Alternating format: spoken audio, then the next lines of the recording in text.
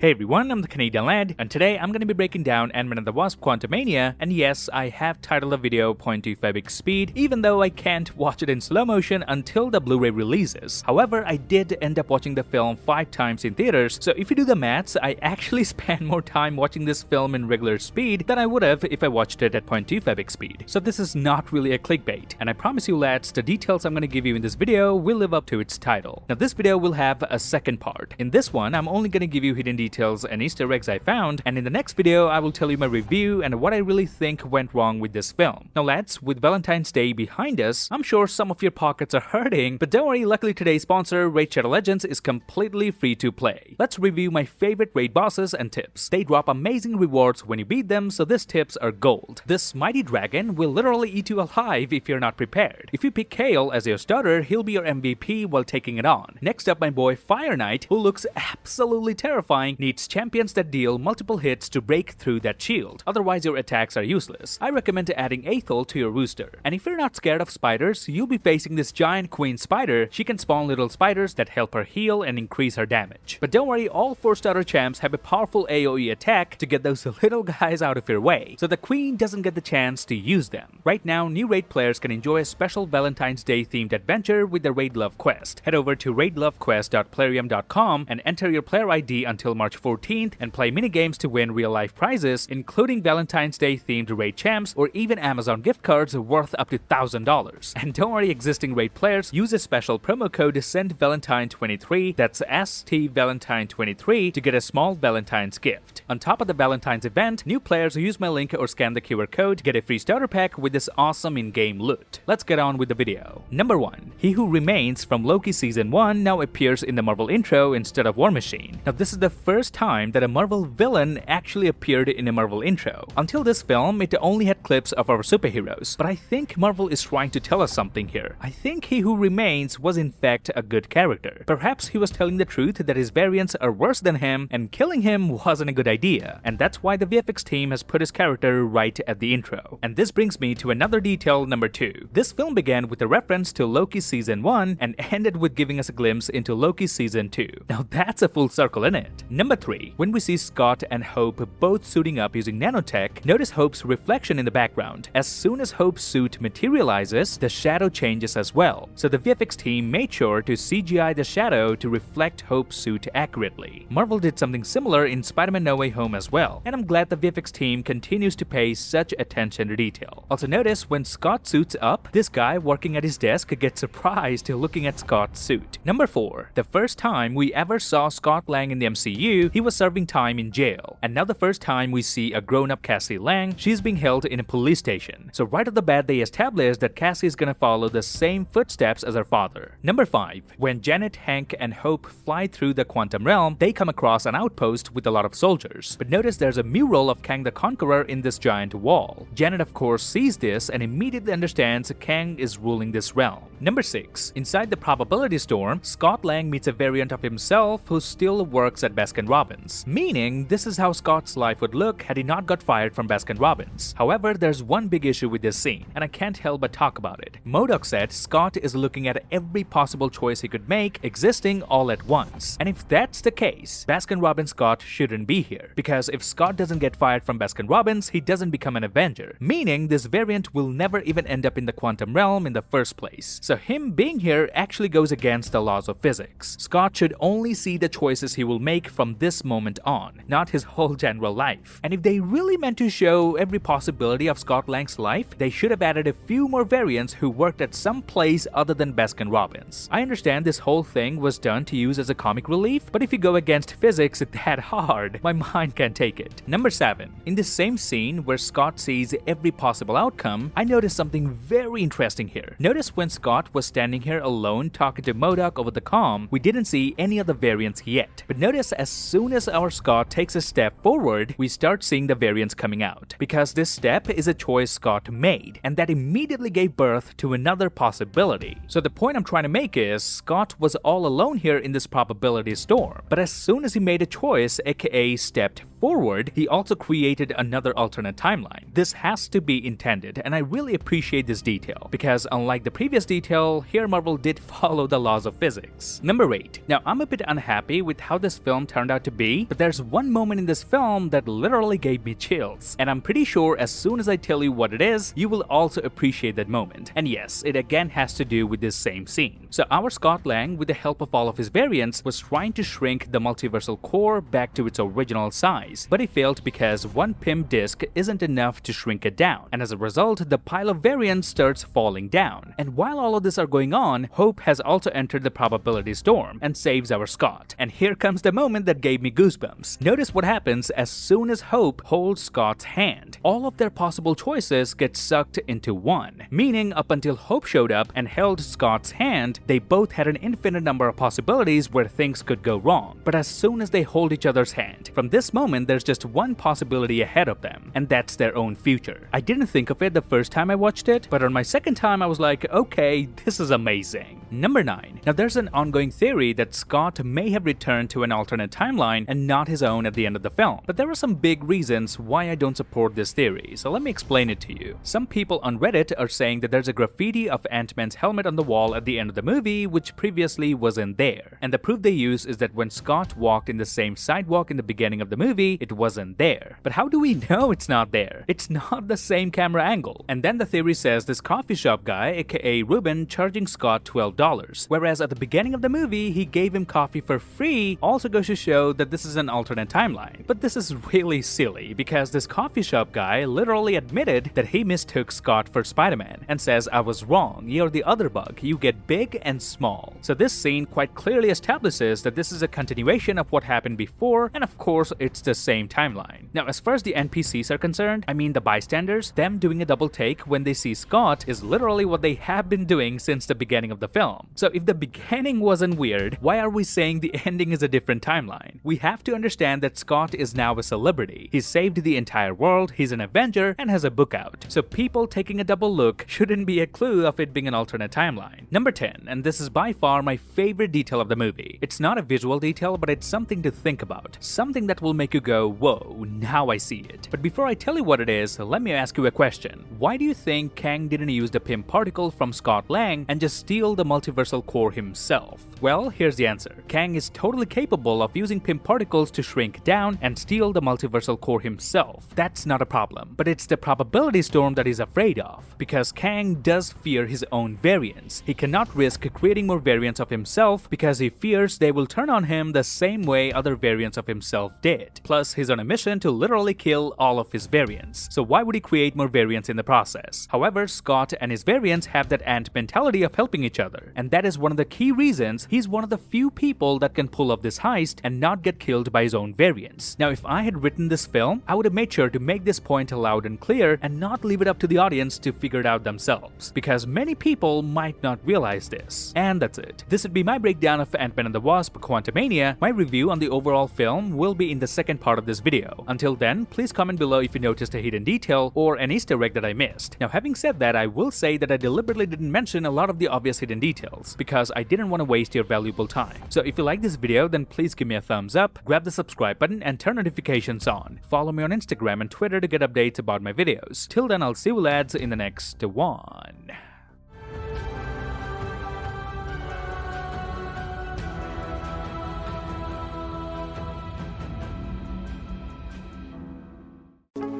Look at us.